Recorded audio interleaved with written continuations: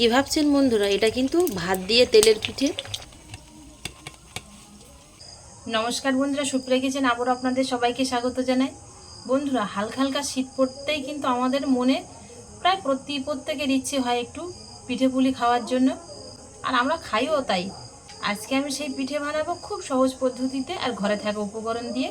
আপনারা পুরো ভিডিওটা প্রথমের থেকে শেষ পর্যন্ত দেখতে থাকুন, আশা করছি আপনাদের ভালো লাগবে। আর যে সকল বন্ধুরা ইউটিউব চ্যানেলে নতুন, প্লিজ বন্ধুরা চ্যানেলটিকে সাবস্ক্রাইব করবেন বেল আইকন সমেত, আর ফেসবুক পেজ থেকে দেখলে পেজটিকে ফলো করে পাশে থাকবেন।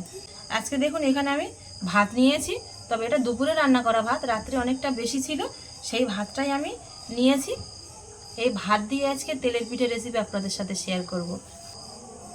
ভাতটা প্রথমে আগে মিক্সারের মধ্যে দিয়ে পেস্ট করে নেব, তবে আপনারা শিলেও বেটে নিতে পারেন সেক্ষেত্রে, আর খুব ভালো করে কিন্তু মিহি করে বেটে নিতে হবে। এখানে একটা ছোট মিক্সার নিয়েছি আমি, ছোট মিক্সারের মধ্যে দিয়ে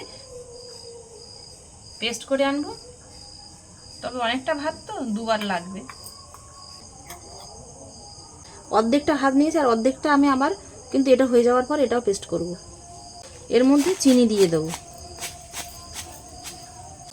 টোটাল 100 গ্রাম চিনি দুটোর মধ্যে মিলিয়ে দেব। জল দিয়ে দেব পেস্ট করার মতো। এবার মিহি করে পেস্ট করে আনবো। দেখুন ঠিক এরকম মিহি পেস্ট করে এনেছি। এবার আলাদা পাত্রে ঢেলে নেব। আঠা আঠা হয়েছে, কিন্তু এত আঠা রাখলে হবে না, একটু জল দিতে হবে এর মধ্যে, তবে সেটা পরে মিশিয়ে দেব।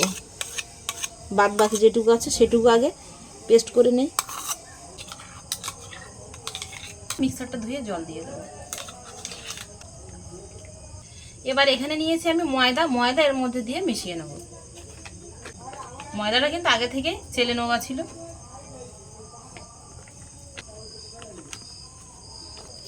ময়দাটা দিয়ে কিন্তু হাত দিয়ে মেশাবো, তবে আপনারা গ্রাইন্ডার দিয়েও মেশাতে পারেন।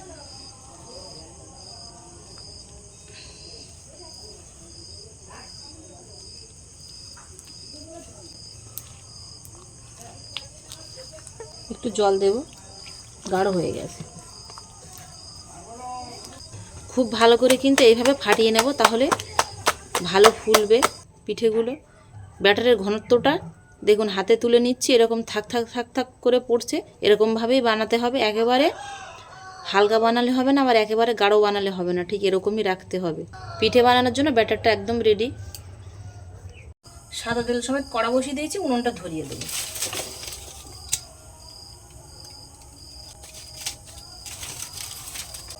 পিঠেগুলো ছাড়ার জন্য এখানে আমি একটা গ্লাস নিয়েছি, গ্লাসের মধ্যেই ব্যাটারটা ঢেলে নেবো, নিয়ে পিঠেগুলো ছাড়বো। তবে আপনারা বড় যে ডাল কাটানো ডাবুস থাকে সেই ডাবুস দিয়েও পিঠেগুলো ছাড়তে পারেন।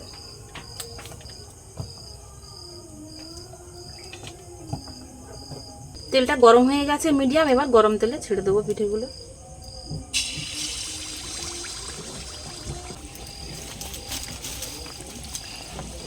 দেখুন একটু সময় দিলেই পিঠেটা কিন্তু দেখুন উঠে যাচ্ছে এরকম। এবার উল্টে দেবো।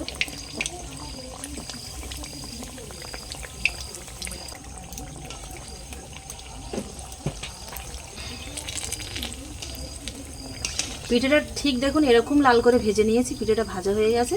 এবার তুলে নিয়েছি, আবারও দিয়ে দেবো।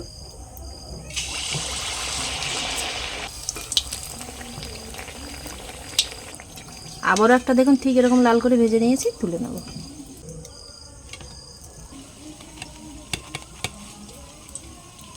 পিঠেগুলো যখন ছাড়বেন তখন উনুনের জালটা তেলটা একবার গরম হয়ে গেলে লোতে রেখে দেবেন।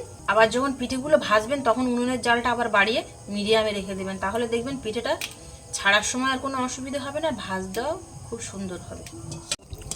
সবগুলো পিঠেই কিন্তু দেখুন ফুলে ঠিক এরকম বলের মতো হয়ে গেছে। সব পিঠেগুলো তেলে ভেজে নিয়েছি। এবার আপনাদের দেখাচ্ছি পিঠেগুলো, আপনারা দেখলে বুঝতেই পারবেন না যেগুলো ভাত দিয়ে বানানো। পিঠেগুলো দেখুন উপরটা ঠিক এরকম মুচমুচে, দেখুন এই দেখুন মস করে আওয়াজ হলো। গরম,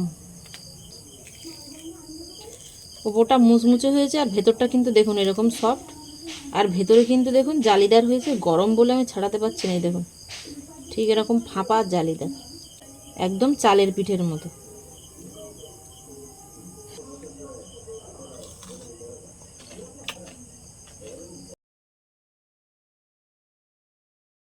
আপনারা আওয়াজটা অবশ্যই বুঝতে পারছেন যে ওপরটা হালকা একটু মুচমুচে হয়েছে আর ভেতরটা কিন্তু সফট, দারুণ হয়েছে পিঠেগুলো।